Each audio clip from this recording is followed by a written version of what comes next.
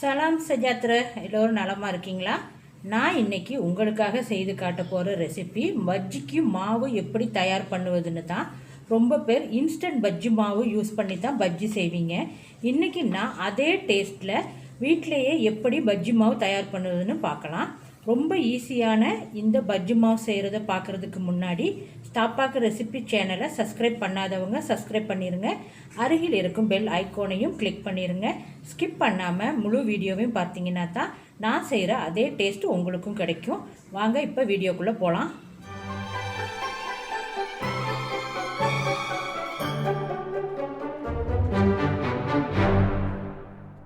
கடலை மாவு 1 கப், அரிசி மாவு 1/2 கப், மைதா 1/2 கப், பேக்கிங் சோடா 1/2 டீஸ்பூன், மிளகாய்த்தூள் 1/2 டேபிள்ஸ்பூன், கலரிங் பவுடர் 1/4 டீஸ்பூன், பெருங்காயத்தூள் 1/2 டீஸ்பூன், உப்பு தேவையான அளவு, மஞ்சள் தூள் 1/2 டீஸ்பூன், பஜ்ஜி பொரிக்க தேவையான அளவு எண்ணெய். இப்போ ஒரு பாத்திரத்தில் கடலை மாவு,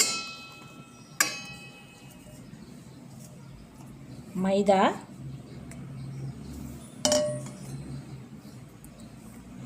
அரிசி மாவு போட்டு நல்லா மிக்ஸ் பண்ணிக்கோங்க.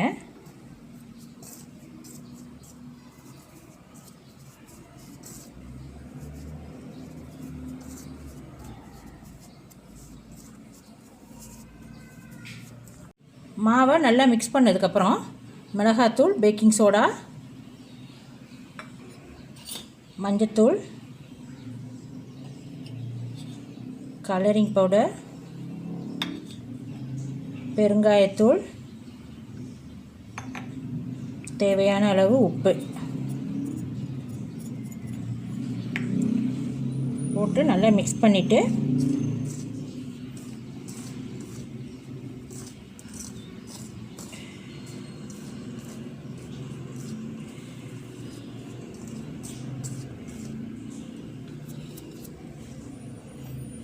தண்ணி ஊற்றி கொஞ்சம் கொஞ்சமாக தண்ணி ஊற்றி பஜ்ஜி மாவு பக்குவத்தில் கரைச்சிக்கணுங்க.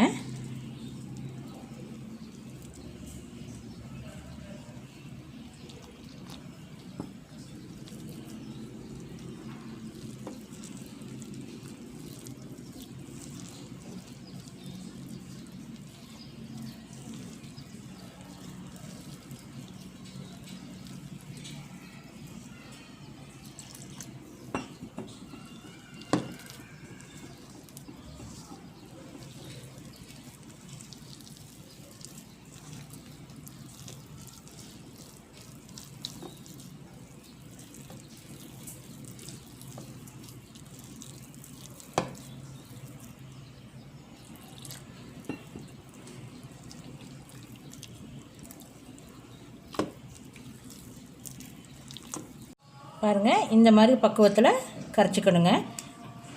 பார்த்திங்கன்னா தெரியுதா? இந்த மாதிரி இருக்கணும். கரைச்சிட்டு இதை ஒரு 1/2 மணி நேரம் அப்படியே ஊற விட்டுருங்க.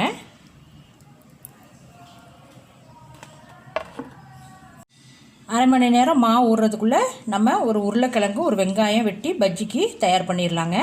நான் இன்றைக்கி உருளைக்கிழங்கும் வெங்காயமும் போட போகிறேன். நீங்கள் தேவைப்பட்டால் கத்திரிக்காய், மிளகாய், வாழைக்காய் எல்லாத்துலேயுமே யூஸ் பண்ணி இந்த பஜ்ஜி மாவு யூஸ் பண்ணி நீங்கள் பஜ்ஜி போடலாங்க. மாவு பாருங்கள், 1/2 மணி நேரம் நல்லா ஊறிடுச்சுங்க. இப்போ நம்ம ஒரு கடாயை வச்சு எண்ணெய் ஊற்றி சூடு பண்ணியிருக்கேன். இதில் கொஞ்சம் எண்ணெயை அப்படி நல்லா சூடாகிடணுங்க. சூடான எண்ணெயை எடுத்து மாவில் விட்டு நல்லா கலந்து விட்டுருங்க. ஏன் நான் அப்படி கலந்து விடுறேன்னா, இதில் இப்படி சுடு எண்ணெய் ஊற்றி கலந்துட்டோம்னா எண்ணெய் குடிக்காது மாவு, பஜ்ஜியும் நல்லா சாஃப்டாக இருக்கும். அதுக்காக தான் இந்த மாதிரி நம்ம கலந்துக்கணும். அவ்வளோதாங்க.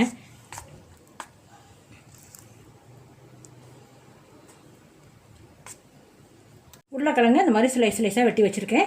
வெங்காயத்தை இந்த மாதிரி வெட்டி பொரிச்சிங்கன்னா நல்ல டேஸ்ட்டாக இருக்கும். இந்த மாதிரி பூ மாதிரி வெட்டிக்கோங்க.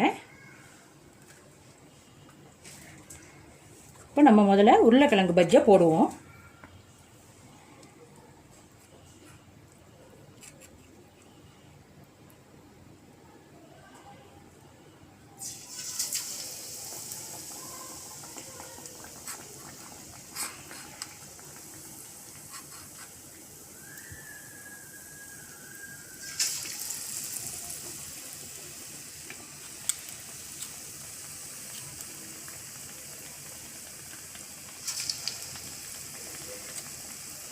அடுப்பை சிம்லேயே வச்சுக்கோங்க. ரொம்ப வேகமாக எரியக்கூடாதுங்க. உருளைக்கிழங்கு இல்லைன்னா உள்ளே வேகாமல் போயிடும்.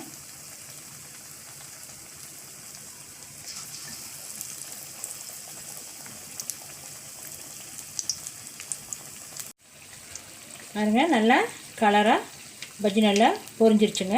இப்போ நம்ம எடுத்துடலாம்.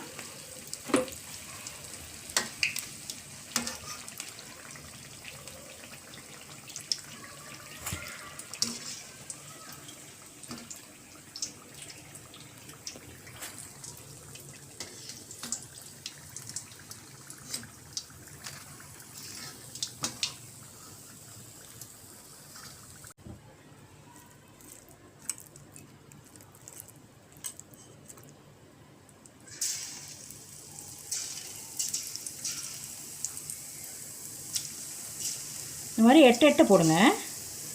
கொத்தாக எடுத்து போடக்கூடாது.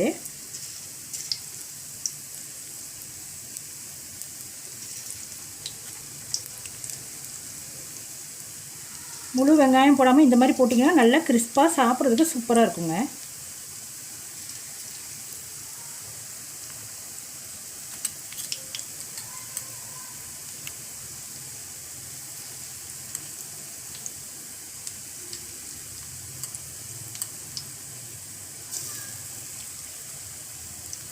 வெங்காய பஜ்ஜியும் பொரிஞ்சிருச்சுங்க.